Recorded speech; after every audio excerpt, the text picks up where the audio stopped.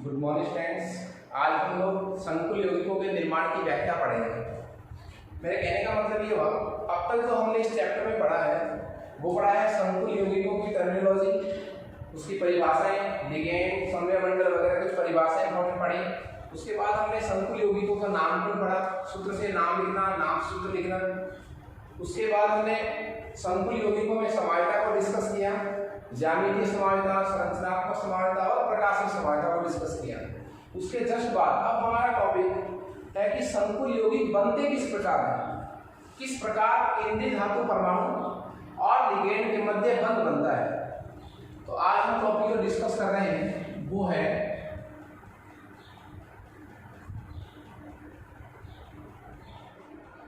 संकुल यौगिकों में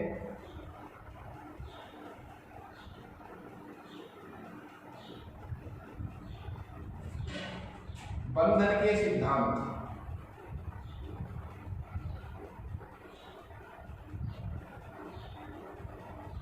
संकुल यौगिकों में बंधन के सिद्धांत। मैं इस टॉपिक को आपको थोड़ा सा बताऊंगा। बंधन के सिद्धांत का मतलब क्या हुआ? देखिए, उपसहसंयोजी यौगिक किसको कहते हैं? जिनमें केंद्रीय धातु परमाणु और लिगेंड के मध्य उपसहसंयोजी बंध होता है। हम इस टॉपिक में पढ़ क्या रहे हैं कि किस प्रकार धातु और लिगेंड के मध्य क्या बनता है, उपसहसंयोजक बंध किस प्रकार बनता है, क्या वर्क करती है धातु, क्या काम करता है लिगेंड, कि उनके बीच क्या बन जाता है, उपसहसंयोजक बंध। तो इसमें फर्स्ट हम जो थ्योरी पढ़ना चाह रहे हैं वो पढ़ेंगे हम अपने सिलेबस के अकॉर्डिंग, जो हमारे बीपीटी का दे रखा है वैसे। उपसहसंयोजक यौगिकों में बंधन के बारे में सबसे पहले वैज्ञानिक थे अल्फ्रेड वर्नर, जो हम वर्नर सिद्धांत के रूप में पढ़ेंगे कॉलेज की क्लासों में। तो सबसे पहले वर्नर सिद्धांत आया था कि किस प्रकार बंधन होता है धातु और लिगेंड के मध्य। पर चूंकि टॉपिक हमारे सिलेबस में नहीं है, बोर्ड के सिलेबस में नहीं है, इसको हम उसको डिस्कस नहीं करेंगे। हम आगे का टॉपिक जो है वो है संयुक्ता बंध सिद्धांत। संयोजकता बंध सिद्धांत, जिसको मैं क्या कहूंगा, वीबीटी, वैलेंस बॉन्ड थ्योरी। संयोजकता बंध सिद्धांत जो किसके द्वारा दिया गया था, पॉलिंग के द्वारा। संयोजकता बंध सिद्धांत वैज्ञानिक पॉलिंग के द्वारा दिया गया था। यह सिद्धांत जो है वो संकुल यौगिकों की ज्यामिति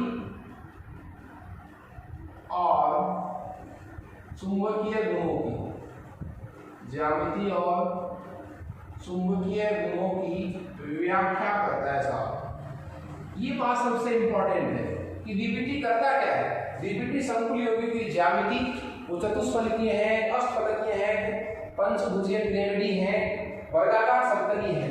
तो संकुल यौगिकों की ज्यामिति की व्याख्या करता है और कैसे गुणों की, चुंबकीय गुणों की व्याख्या करते हैं। ये सिद्धांत क्या कहता है? ये सिद्धांत कह रहा है कि सबसे पहले जो कौन है धातु परमाणु है, जिसको मैं केंद्रीय धातु परमाणु कहता हूं। धातु परमाणु इलेक्ट्रॉन का त्याग करेगी साहब। इलेक्ट्रॉन क्या करेगी? त्याग। और इलेक्ट्रॉन का त्याग करने के बाद वो क्या करेगी? इलेक्ट्रॉन का त्याग करके रिक्त कक्षक उपलब्ध करवाएंगे। किसको? लिगेंड को। कितने रिक्त कक्षक बनेंगे यह किस बात पर डिपेंड करेगा कि उस धातु का समन्वय नंबर कितना है, समन्वय संख्या कितनी है, कोऑर्डिनेशन नंबर कितना है, उसको कितने लिगेंड जोड़ने हैं, ठीक है। और एक धातु की ऑक्सीडेशन स्टेट पर निर्भर करता है। इन्हीं रिक्त कक्षकों में जो किसने खाली किए हैं, केंद्रीय धातु परमाणु ने, यही रिक्त कक्षक जो है, रिक्त कक्षक में कौन आएगा? लिगेंड आएगा। और लिगेंड आकर एकाकी इलेक्ट्रॉन युग्म देकर धातु के साथ क्या बनाएगा? उपसहसंयोजक बंध बनाता है। लिगेंड एकाकी इलेक्ट्रॉन युग्म देकर और परस्पर देने का मतलब क्या हुआ, क्या करेगा ये अतिव्यापन करेगा और धातु के साथ कैसा बंध बनेगा, सिग्मा बंध बनेगा। तो ये प्रश्न हो गया कि जो उपसहसंयोजक बंध बनता है वो किस प्रकार का होता है, सिग्मा प्रकार का होता है, पाई प्रकार का होता है, सिग्मा प्रकार का। सिग्मा बंध बनने के बाद धातु के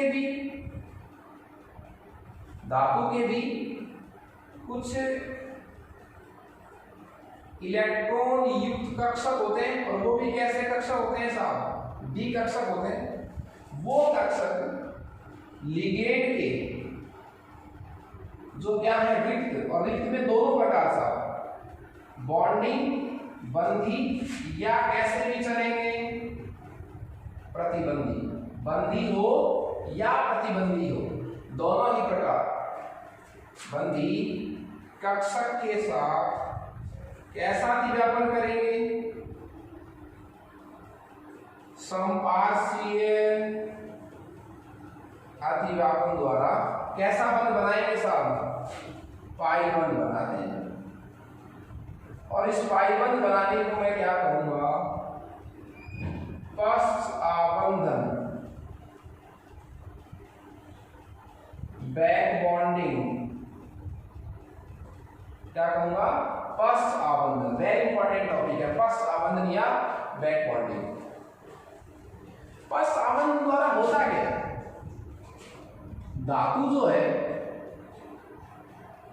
वो ऋणावेश का क्या कर देती है,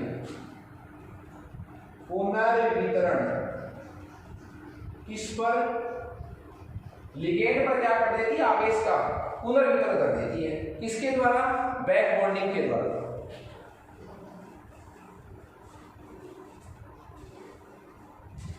यदि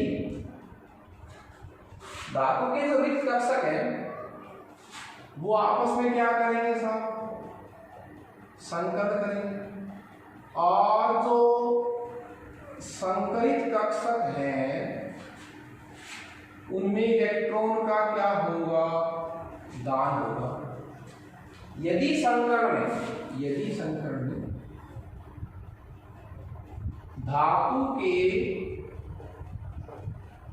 आंतरिक डी कक्षक, धातु के आंतरिक डी कक्षक रिक्त हो रहे हैं तो बनने वाला संकुल क्या कहलाएगा, आंतरिक कक्षक संकुल। इसी को मैं ऐसे भी कह सकता हूं, निम्न त्रयचक्रण संकुल। और यदि संकरण में धातु के बाह्य डी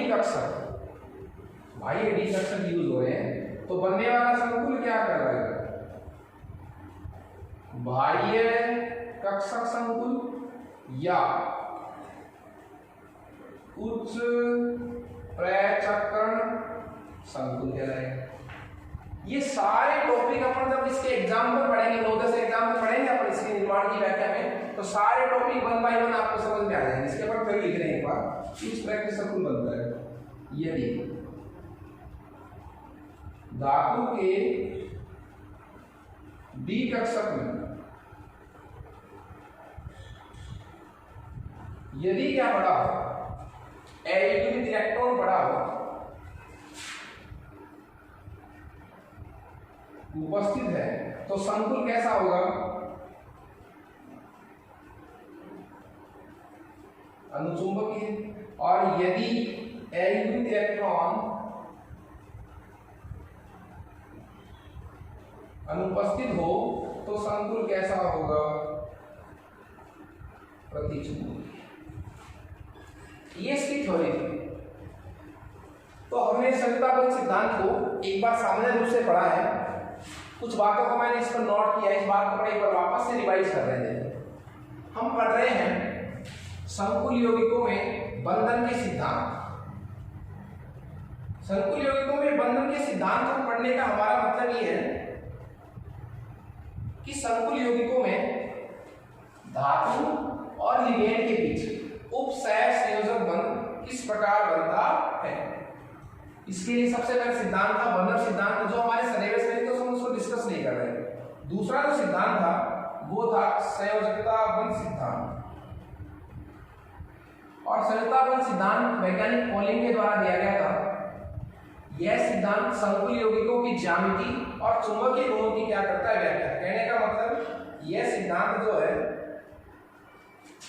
वो संकुल यौगिकों के आकृति के बारे में, और वो चुंबकीय है या अनुचुंबकीय या प्रतिचुंबकीय, इसके बारे में हमें बताता है।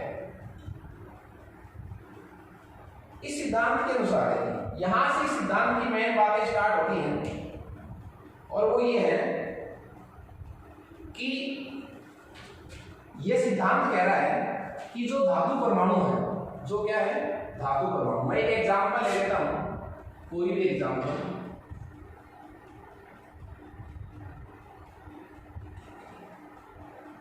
जैसे ये कोई संकुल यौगिक है, ठीक है। इस संकुल यौगिक में धातु परमाणु कौन हुआ, निकिल। धातु परमाणु इलेक्ट्रॉन का क्या करेगी, त्याग। इलेक्ट्रॉन का त्याग करेगी और क्या उपलब्ध करवाएगी, लिगेंड को, रिक्त कक्षक। लिगेंड कौन है यहाँ पर, साइनाइड। तो धातु कौन, निकिल, इलेक्ट्रॉन का त्याग करेगी। साइनाइड लिगेंड जो कितने हैं, 4, उनको क्या उपलब्ध करवाएगी, उनको रिक्त कक्षक उपलब्ध करवाती है। रिक्त कक्षक कितने उपलब्ध करवाने हैं, ये किस पर डिपेंड करेगा, धातु की समन्वय संख्या पर और धातु की ऑक्सीकरण अवस्था पर डिपेंड करेगा। जैसे कितने लिगेंड आए हैं, 4, तो 4 लिगेंड की धातु के पास पहले से रिक्त कक्षक है तो ठीक है, नहीं तो 4 कक्षक खाली करेगी, ठीक है। उसके बाद रिक्त कक्षक जो किसने बनाए, धातु ने। जैसे किसने, निकिल ने क्या कर दिए, रिक्त कक्षक बना लिए, क्या करके, इलेक्ट्रॉन का त्याग करके। रिक्त कक्षक में लिगेंड कौन, साइनाइड लिगेंड। एकाकी इलेक्ट्रॉन युग्म का क्या करता है, दान देता है, और क्या बंध बनाता है, धातु से सिग्मा बंध। सिग्मा बंध का मतलब ये वाला बंध, उपसह संयोजक बंध। बंध बनाने की घटना में होता क्या है, अतिव्यापन होता है। वो भी कैसा अतिव्यापन होता है, देखिए धातु के रिक्त कक्षक और लिगेंड का कैसा कक्षक, तो वह कक्षक जिसमें क्या पड़ा है, एकाकी इलेक्ट्रॉन युग्म, क्योंकि उसी को दान करना है। तो ये जो सिग्मा बंध बनता है, सिग्मा बंध का मतलब क्या हुआ, उपसह संयोजक बंध। ये कैसे बनेगा, धातु के रिक्त कक्षक और लिगेंड के एकाकी इलेक्ट्रॉन युग्म युक्त कक्षक के मध्य अतिव्यापन होगा, तो क्या बनेगा, सिग्मा बंध। इस तरह 4 ऐसे बंध बन जाएंगे निकिल और साइनाइड के बीच, उपसह संयोजक बंध बन जाएंगे। धातु के इलेक्ट्रॉन युक्त डी कक्षक। अब धातु के पास कुछ ऐसे डी कक्षक है जिसमें क्या पड़े हैं, कुछ इलेक्ट्रॉन पड़े हैं, भरे हुए डी कक्षक। वो लिगेंड के पास कुछ कैसे कक्षक पड़े हैं, रिक्त। भरे वाले ने तो बंध बना लिया, लिगेंड के पास कुछ खाली कक्षक भी हैं। वे कक्षक, वो चाहे बॉन्डिंग टाइप के हो चाहे नॉन बॉन्डिंग टाइप के हो, वो भी परस्पर संपार्श्विक अतिव्यापन द्वारा कैसा बंध बनाते हैं, पाई बंध बनाते हैं। कहने का मतलब देखिए, पहले तो क्या था, लिगेंड का कैसा कक्षक, खाली, सॉरी लिगेंड का कैसा कक्षक, भरा हुआ। धातु का कैसा कक्षक, खाली। ये तो कैसा बंध बन गया, उपसह संयोजक बंध, जो सिग्मा प्रकार का। ये तो पहले बनता है। इसमें क्या होता है, लिगेंड एकाकी इलेक्ट्रॉन को दान करता है धातु के खाली कक्षक में। फिर क्या होता है, धातु का भरा हुआ कक्षक और लिगेंड का कैसा कक्षक, खाली। तो धातु अपने कक्षक को लिगेंड के खाली कक्षक के साथ बंध बनाती है। वो कैसा बनाती है, पाई बंध। इस बंध को क्या कहते हैं, पश्च आबंधन, बैक बॉन्डिंग। बैक बॉन्डिंग का मतलब क्या होता है, देखिए धातु की प्रकृति क्या होती है, इलेक्ट्रॉन त्यागने की। धातु की प्रकृति क्या होती है, इलेक्ट्रॉन त्यागने की। जबकि लिगेंडों ने क्या किया, धातु से कैसा बंध बनाया, उपसह संयोजक बंध बनाया, ठीक है। तो इलेक्ट्रॉन का झुकाव किस तरफ है, धातु की तरफ। तो 4 लिगेंड जब 4 उपसह संयोजक बंध बनाते हैं तो धातु पर ऋणापेश का एकत्रीकरण हो जाता है। तो धातु क्या करती है, वापस बंध बनाती है, किसके साथ, लिगेंड के साथ, जिसको मैं क्या कहूंगा, बैक बॉन्डिंग या पश्च आबंधन। और पश्च आबंधन द्वारा धातु जो है ऋणावेश का, कैसे ऋणावेश उस पर, उपसहसंयोजक बंध बनाया किसने, लिगेंडों ने, उस ऋणावेश का पुनर्वितरण कर देती है किसके ऊपर, लिगेंड पर। तो उपसहसंयोजक बंध बनाने से धातु पर जो ऋणावेश आएगा उसका वापस बैक बॉन्डिंग करके धातु ने क्या कर दिया, वापस पुनर्वितरण कर दिया लिगेंडों पर। धातु जो इलेक्ट्रॉन त्याग कर क्या बनाती है, रिक्त कक्षक, वे आपस में क्या करते हैं, पहले संकरण करते हैं, समान ऊर्जा समान आकृति के होते हैं पहले। संकृत कक्षक में ही लिगेंड इलेक्ट्रॉन का क्या करता है, दान करता है। यदि धातु के जो कक्षक कैसे हैं, रिक्त, जिनमें कौन आया है, लिगेंड आया है, धातु के जिन कक्षकों में लिगेंड ने क्या दिया है, एकाकी इलेक्ट्रोयुग्म दिया है, वो यदि धातु के कैसे कक्षक है, आंतरिक डी कक्षक, आंतरिक का मतलब n-1 डी कक्षक, 3D हो, 4s तक इलेक्ट्रॉन चले गए हो, 3D में गए हो, तब बनने वाला संकुल यौगिक क्या कहलाएगा, आंतरिक कक्षक संकुल। निम्न प्रचक्रण क्यों कहा है, वो मैं जब इसका एग्जांपल बताऊंगा तब इस बात को आपसे एक्सप्लेन करूंगा। और यदि बाह्य डी कक्षक यूज हो रहे तो संकुल क्या कहलाएगा, बाह्य डी कक्षक संकुल, बाह्य कक्षक संकुल। धातु के डी कक्षकों में यदि अयुग्मित इलेक्ट्रॉन पड़ा है, सिंगल इलेक्ट्रॉन पड़ा है, तो वो यौगिक कैसा होगा, अणुचुंबकीय, और यदि अयुग्मित इलेक्ट्रॉन नहीं है तो संकुल कैसा होगा, अतिचुंबकीय। तो कुल मिलाकर बात क्या आ जाती है कि जो वीबीटी है वो संकुल यौगिकों की ज्यामिति और चुंबकीय गुणों की व्याख्या करती है। इस पूरे सिद्धांत में हमें दो बातें ध्यान रखनी है, बाकी सारी बातें जब हम एग्जाम्पल पढ़ेंगे उसमें सारी व्याख्या हो जाएगी, और वो बातें हैं एक तो बैक बॉन्डिंग और एक संकरण। बैक बॉन्डिंग को मैं आपको वापस से एक्सप्लेन कर रहा हूं, इसमें दो बातें देखें, और वो है कि संकुल यौगिकों में एक्चुअली होता क्या है, लिगेंड धातु से क्या बनाता है, उपसहसंयोजक बंध। कैसे बनता है, लिगेंड इलेक्ट्रॉन युग्म देता है धातु के रिक्त कक्षक में, तो धातु का ऋणावेश एकत्रित हो जाता है, फिर धातु क्या करती है, अपने डी इलेक्ट्रॉन का यूज करती है लिगेंड के खाली कक्षकों में लेकर के बंध बनाकर, तो धातु वापस से लिगेंड से बंध बनाती है ताकि धातु पर आएगा जो ऋणावेश है जो लिगेंडों की वजह से आया था वो वापस लिगेंडों पर पुनर्वितरण कर देती है। इस प्रक्रम को क्या कहते हैं, बैक बॉन्डिंग। जो कैसे टाइप का होता है, पाई बॉन्ड होता है। कैसी प्रकृति का होता है, पाई बॉन्ड। लिगेंड जो धातु से बंध बनाता है वो सिग्मा प्रकृति का, और जो धातु लिगेंड के साथ बंध बनाती है बैक बॉन्डिंग के थ्रू वो क्या होता है, और ये पाई प्रकृति का। तो सिग्मा और पाई दोनों प्रकार के बंध बनते हैं। सिग्मा बंध बनने में क्या होता है, लिगेंड का एकाकी इलेक्ट्रॉन युग्म धातु के खाली कक्षक में आता है। बैक बॉन्डिंग में धातु का डी इलेक्ट्रॉन भरा हुआ डी कक्षक लिगेंड के खाली कक्षक में जाता है, ठीक है। और एक इसमें था कि धातु कितने रिक्त कक्षक बनाएंगे, जितने धातु की समन्वय संख्या है, कितने लिगेंड आने हैं, और धातु की ऑक्सीडेटिव स्टेट क्या है। वीबीटी ने देखी, वीबीटी ने समन्वय संख्या के आधार पर, वीबीटी ने समन्वय संख्या के आधार पर संकुल यौगिक की ज्यामिति को समझाया और उनमें संकरण को भी उसने एक्सप्लेन किया। तो उसको हम अपने सारणी से पढ़ सकते हैं। धातु का कोऑर्डिनेशन नंबर, जिसको मैं क्या कह सकता हूं, समन्वय संख्या। धातु की क्या कह सकता हूं, समन्वय संख्या। उसके बाद केंद्रीय धातु परमाणु का संकरण का प्रकार, और ये क्या हो जाएगी, ज्यामिति। यदि धातु की समन्वय संख्या कितनी है, 4, तो संकरण कौन सा पॉसिबल है, sp3। यदि समन्वय संख्या कितनी है, 4, तो संकरण कौन सा भी पॉसिबल है, dsp2। आकृति यदि sp3 है तो संकुल यौगिक की ज्यामिति क्या बताएंगे आप, चतुष्फलकीय। यदि dsp2 संकरण है तो वर्गाकार समतलीय। यदि समन्वय संख्या कितनी है 5, कितने एक दंतु लिगेंड जुड़े हुए हैं 5, तो संकरण पॉसिबल है sp3d, या पॉसिबल है यदि समन्वय संख्या 5 है तो dsp3। संकरण हो जाएगा त्रिकोणीय द्विपिरामिडी ट्राइगोनल बाइपिरामिडल, और ये dsp3 संकरण है तो हो जाएगा, ये हो जाएगा त्रिकोणीय द्विपिरामिडी।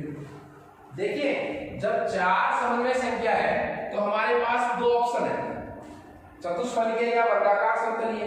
5 भी समन्वय संख्या है तो दोनों आकृतियां क्या होगी त्रिकोणीय द्विपिरामिडी। 6 समन्वय संख्या है तो संकरण कैसा पॉसिबल है sp3d। sp3 का मतलब क्या हुआ, एक s कक्षक 3 p कक्षक और d कक्षक जब संकरण में भाग ले खाली हो तब 6 समन्वय संख्या में ये भी ऑप्शन हो सकता है d2sp3। तो आकृति दोनों ही बार क्या होगी ऑक्टाहेड्रल या अष्टफलकीय। तो वीबीटी के अकॉर्डिंग हम धातु की समन्वय संख्या देखकर उसकी ज्यामिति को व्याख्या कर सकते हैं। ठीक है, समन्वय संख्या देखकर हमें ये तो पता चल जाएगा कि इसमें कैसा संकरण पॉसिबल है। अभी एक बात हम लोग कर रहे थे, धातु के आंतरिक डी कक्षक बाह्य डी कक्षक। देखिए इसमें क्या फर्क है, यहाँ भी समन्वय संख्या कितनी है 5 और यहाँ भी समन्वय संख्या कितनी है 5। इसमें धातु का कौन सा डी कक्षक यूज हुआ है बाह्य डी कक्षक, अभी डी कहाँ है बाद में। यहाँ धातु का कौन सा डी कक्षक यूज हुआ है पहले वाला मतलब आंतरिक।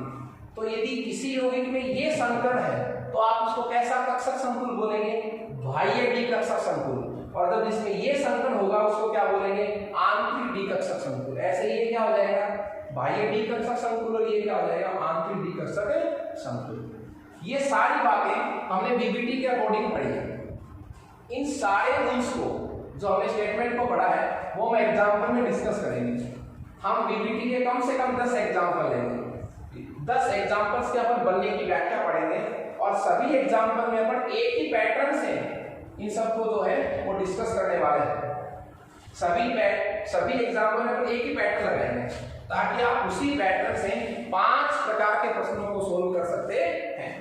मेरे कहने का मतलब ये हुआ जब हम एक समकुल यौगिक के बनने की व्याख्या पढ़ेंगे तो उस पूरी व्याख्या को हम एक ही पैटर्न से पढ़ेंगे। एग्जाम्पल कैसा भी हो हम एक ही पैटर्न के थ्रू उसको सॉल्व करेंगे और उस पैटर्न के थ्रू आप उससे संबंधित 5 प्रकार के प्रश्नों को सोल्व कर सकते हैं। तो हमारा फर्स्ट एग्जाम्पल जो है डीबीटी में वो हो जाएगा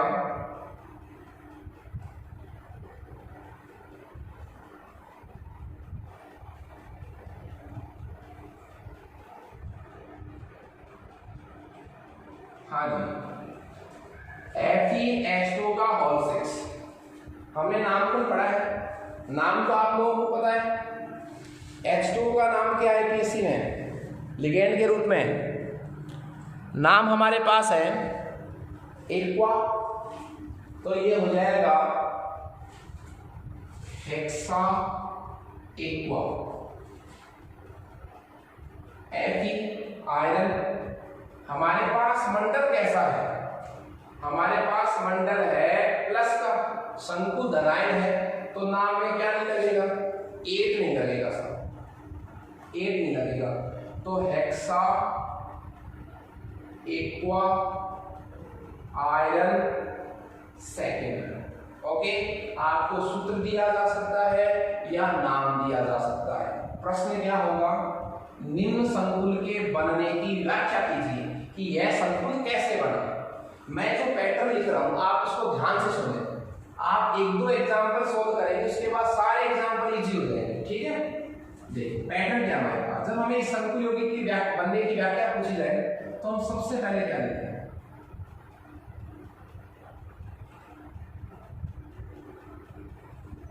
जो आपको संकुल यौगिक दिया है, ये संकुल यौगिक दिया है अब आप पहले हमें एक ही डब्बा क्यों दिया, ये धनायन क्यों दिया, ऋणायन कहां चला गया। हम व्याख्या कर रहे हैं कि किस प्रकार धातु और लिगेंड के बीच बंध बना है। हमें उपसहसंयोजक बंध के बनने की व्याख्या पढ़नी है। तो उपसहसंयोजक बंध तो कहां है, लिगेंड और किसके बीच, धातु के बीच। तो हम पढ़ ही रहे हैं कि किस प्रकार धातु और लिगेंड के बीच बंध बना है। प्रतिआयन का बंध कैसे बना वो अपन डिस्कस नहीं कर रहे, ओके। इसलिए हमें सिर्फ मंडल दिया जा सकता है। मंडल पूरा यौगिक दिया तो भी हमें मंडल की व्याख्या करनी है। जिस संकुल यौगिक को आपको दिया गया है उसमें धातु कौन है, Fe, तो उस धातु की ऑक्सीकरण अवस्था Fe की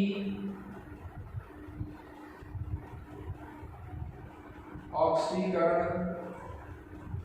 अवस्था कितनी है साहब, +2। यह आपको निकालनी पड़ेगी। +2 कैसे आई, Fe की जगह क्या मानेंगे आप, X।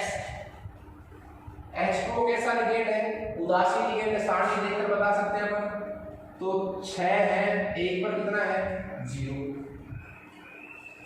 ठीक है, तो अपने आप ही रिजल्ट क्या आ गया, और बराबर क्या दे रखा है, +2। तो x की वैल्यू कितनी आ गई, +2। तो धातु की जो समन्वय संख्या है वो कितनी आई हमारे पास, +2। ठीक है, अब उसी हिसाब से इसका विन्यास लिख लो। जो यौगिक दिया उसमें धातु की क्या निकाली, सबसे पहले ऑक्सीजन अवस्था कितनी आ गई, +2। ये अवस्था इसके ऊपर लगाई उसी धातु पर, कोई भी एग्जांपल हो। तो Fe+2 धातु थी, धातु की अवस्था मुझे पता चल गई +2, तो उसके हिसाब से विन्यास निकालना है। Fe+2 का इलेक्ट्रॉनिक विन्यास, और वो भी बाह्यतम विन्यास क्या हो जाएगा, बाह्यतम विन्यास Fe कितने नंबर पर आता है, 26 नंबर पर आता है। 26 नंबर में बाह्यतम विन्यास क्या होता है, 3d6 4s2 +2 का मतलब क्या हुआ, 2 इलेक्ट्रॉन त्याग दी धातु ने। तो ये लीजिए साहब, विन्यास क्या बचेगा, 3d6। तो Fe+2 का इलेक्ट्रॉनिक विन्यास हमारे पास हो जाएगा 3d6। ठीक है, एक बात और लिखेंगे, Fe की समन्वय संख्या, समन्वय संख्या कितनी है, 6। Fe की समन्वय संख्या कितनी है, 6। एक दंतु लिगेंड होता है H2, उसमें एक दाता परमाणु होता है, एक दंतु लिगेंडों की संख्या क्या कहलाती है, समन्वय संख्या।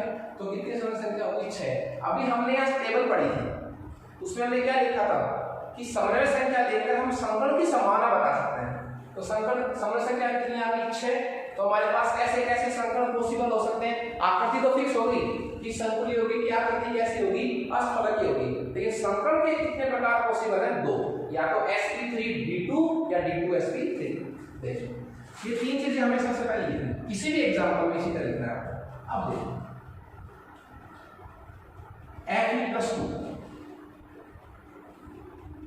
Fe+2 का इलेक्ट्रॉनिक विन्यास देखिए साहब, क्या बताया इसने, 3d6 बताया, 3d है तो 3d बनाओ साहब,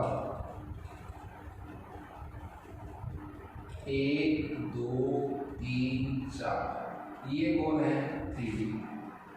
3d के बाद खाली पड़ा है 4s, 4s में इलेक्ट्रॉन है नहीं पर खाली पड़ा, खाली तो लिखो। 4s के बाद किसको लिखो, 4p को लिखिए, ये भी खाली है।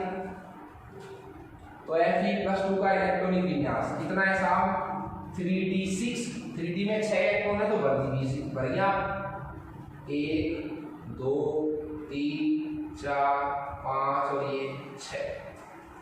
4s भी खाली है, 4p भी खाली है। उसके बाद लिगेंड कौन है इसमें, H2। जो H2 लिगेंड है, चूंकि H2 जो लिगेंड है वो कैसा लिगेंड है, दुर्बल क्षेत्र लिगेंड होने के कारण। H2 जो लिगेंड है वो कैसा क्षेत्र लिगेंड है, दुर्बल क्षेत्र लिगेंड होने के कारण इलेक्ट्रॉन का, और कैसे इलेक्ट्रॉन का, कारण डी इलेक्ट्रॉन, धातु के डी इलेक्ट्रॉन का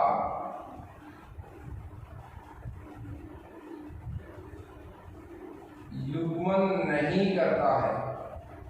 युग्मन का मतलब क्या हुआ, ये इलेक्ट्रॉन अंदर की तरफ नहीं जाते, पेयरिंग हो सकती है, ये दो इलेक्ट्रॉन यहां अंदर दो के जोड़े बन जाते हैं, पर ये नहीं कर सकता। क्यों नहीं कर सकता, क्योंकि H2 कैसा चित्र लिगेंड है, दुर्बल चित्र लिगेंड है, वीक फील्ड लिगेंड है।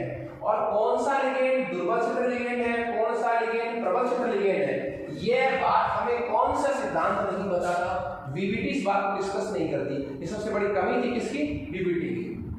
तो एक बात तो अपन इसी के अकॉर्डिंग पढ़ेंगे, फिर अपन आगे CFT पढ़ेंगे कौन दुर्बल है कौन प्रबल चित्र है। युग्मन नहीं करता है साहब, युग्मन नहीं करेगा तो बताइए क्या होगा। अब ये वाले इलेक्ट्रॉन अंदर नहीं आ रहे, इतना कंफर्म हो गया कि ये वाले इलेक्ट्रॉन अंदर नहीं आएंगे। हमें कितने कक्षक खाली चाहिए, 6। कैसे, क्योंकि कितने लिगेंड है, 6। लिगेंड का काम क्या है, लिगेंड एकाकी इलेक्ट्रॉन युग्म, मतलब कितने इलेक्ट्रॉन लाएगा, 2। किसको डोनेट करेगा, धातु को। तो धातु के पास खाली कक्षक चाहिए, एक कक्षक में मैक्सिमम कितने इलेक्ट्रॉन आ सकते हैं, 2। लिगेंड कितने हैं, 6। हर लिगेंड कितने इलेक्ट्रॉन देगा, 2 इलेक्ट्रॉन देगा। तो लिगेंड 6 लिगेंड को कितने कक्षक खाली चाहिए, 6। तो Fe के पास कितने कक्षक खाली चाहिए, 6। यहाँ कितने खाली हैं, 1 2 3 4। तो हमें 4p के आगे जो खाली पड़ा है 4d, उसको भी बनाना पड़ेगा। 4d 1 2 3 4, 4d खाली कक्षक बना सकते हैं, ठीक है। तो खाली कक्षक कितने चाहिए, 6 गिन लो आप, 1 2 3 4 5 6। तो ये जो 6 कक्षक है जो खाली है, वो परस्पर क्या करेंगे, अब संकरण करेंगे। संकरण क्यों करेंगे, एक S कक्षक है, 3 P कक्षक है, 2 कैसे कक्षक है, D कक्षक है, भिन्न भिन्न आकृति भिन्न भिन्न ऊर्जा। तो ये क्या करते हैं, पहले संकरण की क्रिया करते हैं, जिससे कि ऊर्जा आकृति क्या हो जाएगी, लगभग समान। तो देखिए कहां से 6 कक्षक काउंट करूं मैं, जहां से खाली है, ये अंदर जा नहीं रहे, क्यों नहीं जा रहे, क्योंकि लिगेंड कैसा है, दुर्बल क्षेत्र। तो 1 2 3 4 5 6, तो यहां से काउंट कर लीजिए, sp3d2। तो संकरण कैसा हो गया, sp3d2 संकरण, sp3d2 संकरण। बात ये कहां से आया है, ये यहां से आया कि हमें कक्षक खाली चाहिए थे, ये अंदर जा नहीं रहे, तो जहां से खाली है वहां से काउंट कर दो आप। यहां से खाली तो 1 2 3 4 5 6 अब ले लो, sp3d2। तो इन्होंने संकरण में भाग लिया नहीं, इनको अलग लिख दो, 3d 1 2 3 4 5 और ये 6। संकरण में भाग लिया इन्होंने, जिन्होंने संकरण में भाग लिया उनको अलग लिखना है साहब। 1 2 3 4 5, ये क्या है, ये है साहब sp3d2 संकरित कक्षक। मैंने इनको एक साथ क्यों लिख दिया, इन्होंने क्या कर दिया, परस्पर संकरण कर दिया। कितने डी, ये डी तो यूज हो ही संकरण में, तो कितने बचे, 1 2 3, इनको लिखना पड़ेगा, लिखना अलग। 1 2 4d, 3 कक्षक बच गए, ठीक है। अब ये जो 6 कक्षक खाली है, इनमें कौन आ जाएंगे, 6 H2 आ जाएंगे। तो अब यहां तक का जो विवरण था वो किसका था, वो आयरन का था। अभी तक जो वर्क किया है वो किसने किया, धातु ने किया है। धातु ने 6 कक्षक खाली कर दिए, 6 खाली कक्षक में परस्पर क्या हो गया, संकरण शब्द की ऊर्जा आकृति क्या हो गई, बराबर। इतना काम होने के बाद अब कौन आता है इनके पास, लिगेंड। इससे पहले लिगेंड नहीं है, धातु क्या करती है, पहले अपने 6 कक्षकों का क्या करती है, संकरण। अब इन खाली कक्षकों में कौन आएंगे, लिगेंड। तो जैसे ही इनमें लिगेंड अपना एकाकी इलेक्ट्रॉन युग्म दान कर देंगे, पूरा समतुल्य यौगिक बन जाएगा। तो बन जाएगा क्या, FeH2O 6 2+, ठीक है। तो इनको तो ऐसे ही लिख लीजिए आप, जिन्होंने संकरण में भाग नहीं दिया था, 1 2 3 4 3D 1 2 3 4 5 6 इन्हीं कक्षकों में 1 2 3 4 5 इनमें कौन आ जाएंगे 6 H2 आ जाएंगे साहब। तो इनमें 6 क्या आ जाएंगे H2O लिगेंड एक आध इलेक्ट्रॉन को दान कर देंगे, ठीक है। 1 2 एक H2O, दूसरे H2O ने भी दान किया 2 इलेक्ट्रॉन, तीसरे H2O ने 2 इलेक्ट्रॉन दान किए, चौथे H2O ने 2 इलेक्ट्रॉन दान किए, पांचवें ने भी और छठे, ठीक है। इस तरह 6 H2O ने 6 एकाकी इलेक्ट्रॉन को दिए, किसको धातु को कैसा बंध बना लिया Fe के साथ खूब सहसंयोजक बंध। इस तरह कैसा संकुल यौगिक बन गया FeH2O का होल 6 + 2। वापस से देखिए आप यहाँ 6 कक्षक किसने खाली दिए Fe है, यहाँ तक सिर्फ Fe था, Fe में अब कौन आ गया 6 H2O, तो संकुल यौगिक क्या बन गया FeH2O 6। आपको पता है कि ज्यामिति कैसी होगी, क्योंकि समय संख्या कितनी है 6, यहाँ समय संख्या कितनी है 6, तो 6 समय संख्या है तो आकृति फिक्स है अष्टफलक की, अष्टफलक की आकृति बनाइए।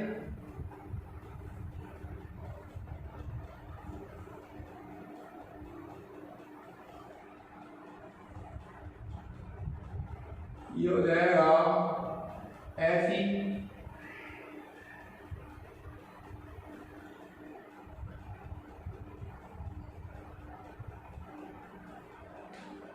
अष्टफलक क्या है 6 H2 लिगेंड है 1 2 3 4 5 6, ठीक है। +2 दे रखा है तो आप भी टोटल पर क्या लगाएंगे +2 लगा सकते हैं, ये लग गया। और ज्यामिति का नाम क्या हो गया अष्टफलक, ठीक है। लास्ट स्टेप में आपको देखना है यदि धातु के डी कक्षक में एकाकी इलेक्ट्रॉन पड़े, एकाकी इलेक्ट्रॉन युग्म नहीं पेरी नहीं सिर्फ सिंगल, कितने सिंगल पड़े 1 2 3 4, लास्ट के आपको कक्षक में देखने कि कितने, लास्ट स्टेप में 4 सिंगल पड़े 1 2 3 4 सिंगल पड़ा, एक भी सिंगल इलेक्ट्रॉन पड़ा है तो वो क्या होगा अनुचुंबकीय, चुंबक से आकर्षित होगा। तो कैसी प्रकृति चुंबकीय प्रकृति मैग्नेटिक नेचर, तो 4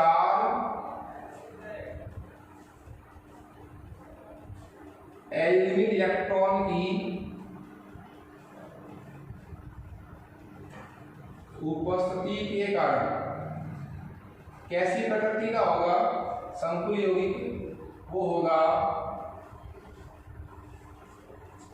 चुंबकीय प्रकृति का, ठीक है। 4 है तो प्रबल चुंबकीय, एक भी यदि सिंगल इलेक्ट्रॉन पड़ा है लास्ट के स्टेज में धातु के डी कक्षकों में तो चुंबकीय प्रकृति का होगा। रंगीन प्रकृति बता सकते हैं, वैसे ये टॉपिक बीबीडी का है नहीं। रंगीन प्रकृति, और रंगीन प्रकृति क्यों बताई मैंने, क्योंकि धातु के डी कक्षकों में क्या पड़ा है एल्यूमिनियम इलेक्ट्रॉन। देखिए आयरन का कौन सा डी कक्षक यूज हुआ है संकरण में, 3D यूज हुआ है 4D, ये तो बाह्य डी कक्षक और ये क्या कहलाता है आंतरिक डी कक्षक। कौन सा डी कक्षक यूज हुआ है संकरण में, देखिए sp3d2, बताइए जो D2 ये तो जो 2D कक्षक है ये 3D के यूज हुए हैं 4D के यूज हुए हैं, 4D के यूज हुए हैं, तो बाहर का डी कक्षक यूज हुआ है तो क्या कहूंगा बाह्य डी कक्षक प्रयुक्त हुए, बाह्य डी कक्षक क्या हुए प्रयुक्त हुए, इसलिए क्या हो गया ये हो गया बाह्य कक्षक संकुल, बाह्य कक्षक संकुल। और जो बाह्य कक्षक संकुल होता है वो उच्च चक्रण संकुल होता है। क्यों, जब बाहर के 4D यूज होंगे तो आपको कन्फर्म अंदर के डी कक्षकों में एकाकी इलेक्ट्रॉन मिलेंगे, ज्यादा सिंगल इलेक्ट्रॉन मिलेंगे। जब आप बाहर वाले डी कक्षक यूज करेंगे तो 100% आपको आंतरिक डी कक्षकों में सिंगल इलेक्ट्रॉन मिलेंगे। तो सिंगल इलेक्ट्रॉन जितने ज्यादा आएंगे उतना ही चुंबकीय आघूर्ण ज्यादा आएगा। इसलिए मैं क्या कह सकता हूं कि क्या भी है, उच्च प्रचक्रण संकुल भी है। उच्च प्रचक्रण संकुल क्यों है? क्योंकि आपके पास अनियमित इलेक्ट्रॉन की संख्या कितनी है? 4। ओके, देखिए हमने जो फर्स्ट यौगिक लिया है हेक्सा एक्वा आयरन सेकेंड, इस संकुल यौगिक के थ्रू आप 5 प्रकार के प्रश्नों को सोल्व कर सकते हैं। ठीक है, वापस से इसको डिवाइड कर लेता हूं। हमारे पास एक संकुल यौगिक था, जो आपको संकुल यौगिक दिया जाता है उसमें धातु निकालिए, बाहर धातु की ऑक्सीजन अवस्था निकालिए, उस अवस्था के हिसाब से उसका विन्यास लिखिए, समन्वय संख्या देख लीजिए यहाँ से। अब जो आपने अवस्था निकाली है उसके हिसाब से इसका विन्यास क्या निकाला आपने? 3d6, वो यहाँ लिखिए 3d6, 4s 4p, आगे के कुछ खाली कक्षक तक आप लिखिए इसको 4d तक, 5 तो लिख पाएंगे। लिगेंड कैसा है, दुर्बल है या प्रबल है वो देखिए। दुर्बल है तो इलेक्ट्रॉन अंदर की तरफ नहीं आएंगे, प्रबल क्षेत्र लिगेंड होता है इलेक्ट्रॉन अंदर की तरफ युग्मित हो जाते हैं। ये अंदर युग्मित हो जाते तो हमें यहीं से खाली कक्षक मिल जाते, तो यहाँ पे डी कक्षक संकुल हो जाता। ठीक है, संकरण कैसा हो जाता है कि ये डी मिलते हैं तो D2sp3 हो जाता है। इस तरह संकरण का मतलब क्या हुआ, कितने कक्षक खाली चाहिए? 6, 1 2 3 4 5 6। जिन्होंने संकरण में भाग लिया उनको हम अलग से लिखाएंगे एक साथ, क्योंकि संकरण के बाद ऊर्जा और आकृति एक समान हो जाती है। ये संकरण कैसे लिखा? यदि दुर्बल क्षेत्र लिगेंड था, युग्मन हुआ, जहां से कक्षक खाली है वहां से आप काउंट कर लीजिए। यहाँ तक ये अंदर जा नहीं रहे, ये इलेक्ट्रॉन अंदर नहीं जा रहे, हमें यहाँ से खाली मिल रहे हैं। कितने खाली चाहिए? 6। तो यहाँ से जहां से काउंट कर रहे हैं वहीं से आप संकरण काउंट कर लीजिए। संकरित कक्षकों में लिगेंड आएगा 6 और एकाकी इलेक्ट्रॉन का दान कर दिया, धातु के साथ क्या बना लिया इन्होंने? सहसंयोजक बल। समन्वय संख्या देकर आप धातु की ज्यामिति बता सकते हैं, जो कैसी थी? अष्टफलक की। कोई दिक्कत नहीं इसमें। लास्ट स्टेप में धातु के डी कक्षकों में आपको सिंगल इलेक्ट्रॉन दिखाई दे रहे हैं, तो अनियमित इलेक्ट्रॉन है तो ये कैसी प्रकृति का? चुंबकीय प्रकृति का। अनियमित इलेक्ट्रॉन पड़े इसलिए कैसी प्रकृति का? रंगीन प्रकृति का। बाहर वाले डी कक्षक यूज हो रहे हैं 4d, 3d वाले यूज होते। मान लो ये प्रबल क्षेत्र होता तो ये दोनों इलेक्ट्रॉन किधर चले जाते? इसके अंदर, तो ये खाली हो जाते, ये खाली हो जाते तो यहीं से काउंट करते हैं 1 2 3 4 5 6। तो संकरण कैसा होता है? D2sp3। तो ये बाह्य डी कक्षक संकुल हो गया। चूंकि धातु के कक्षकों में सिंगल इलेक्ट्रॉन ज्यादा है तो चक्रण आघूर्ण भी क्या आएगा? ज्यादा। n की वैल्यू कितनी होगी यहाँ पर? 4। ये पूरा हमने व्याख्या पढ़ा है। तो ये प्रश्न पूरा क्या था कि VBD की सहायता से आप FeH26 के बनने की व्याख्या कीजिए। पूरा प्रश्न पूछा जाए तो आपको पूरा लिखना पड़ेगा यहाँ से लेकर यहाँ तक। इसमें से छोटे प्रश्न कैसे पूछे जा सकते हैं? देखिए, आपको संकुल यौगिक देकर इसके बनने की व्याख्या कीजिए, एक प्रकार का प्रश्न हो गया। दूसरे प्रकार का, इसमें ऑक्सीजन अवस्था कितनी होती है? +2। इस संकुल यौगिक में धातु की समन्वय संख्या कितनी है? 6। दूसरा प्रकार का प्रश्न। इस संकुल यौगिक में अनियमित इलेक्ट्रॉन की संख्या कितनी है? 4। ये कहां जाकर पता चलेगी? लास्ट स्टेप में यहाँ पर 1 2 3 4। तो हमें यही तक लिखना पड़ेगा। तो इस संकुल यौगिक में अनियमित इलेक्ट्रॉन की संख्या कितनी है? 4। ये पूछा जा सकता है कितनी संख्या होती है। इस संकुल यौगिक की ज्यामिति लिखो। ज्यामिति कैसे आएगी? जब हमें समन्वय संख्या पता हो कितनी है? 6। सिद्ध करो कि यह संकुल यौगिक चुंबकीय प्रकृति का होता है। तो चुंबकीय प्रकृति कैसे पता चलेगी? सिंगल इलेक्ट्रॉन देकर। सिंगल कहाँ जाकर पता चलेगी? यहाँ जाकर। तो यहाँ पर लिखना पड़ेगा। सिद्ध कीजिए कि ये बाह्य कक्षक संकुल है, तो यहाँ जाकर पता चल जाएगा हमें कि डी कौन सा यूज हो रहा है। तो इस पूरे टॉपिक से आप अनेक प्रकार के प्रश्न आपको पूछे जा सकते हैं। इसी टॉपिक में जो एक नया प्रश्न है वो ये है कि 2 प्रश्नों की कंपेयर भी आपसे करवाई जा सकती है। एक संकुल ये दिया आपको, एक दूसरा संकुल और दिया जा सकता है। इन 2 संकुलों में कंपेयर का प्रश्न क्या होगा? किसी भी कीजिए कि किस संकुल यौगिक में एल्यूमिनियम इलेक्ट्रॉन की संख्या 2 है, दूसरे संकुल यौगिक में 4 है, कैसे? तो आपको दोनों संकुल यौगिक का डिटेल से आपको एक्सप्लेन करना पड़ेगा। नेक्स्ट क्लास में अपन इससे आगे के एग्जांपल डिस्कस करेंगे, कम से कम 10 एग्जांपल अपन इसमें डिस्कस करेंगे। Okay, thank you students.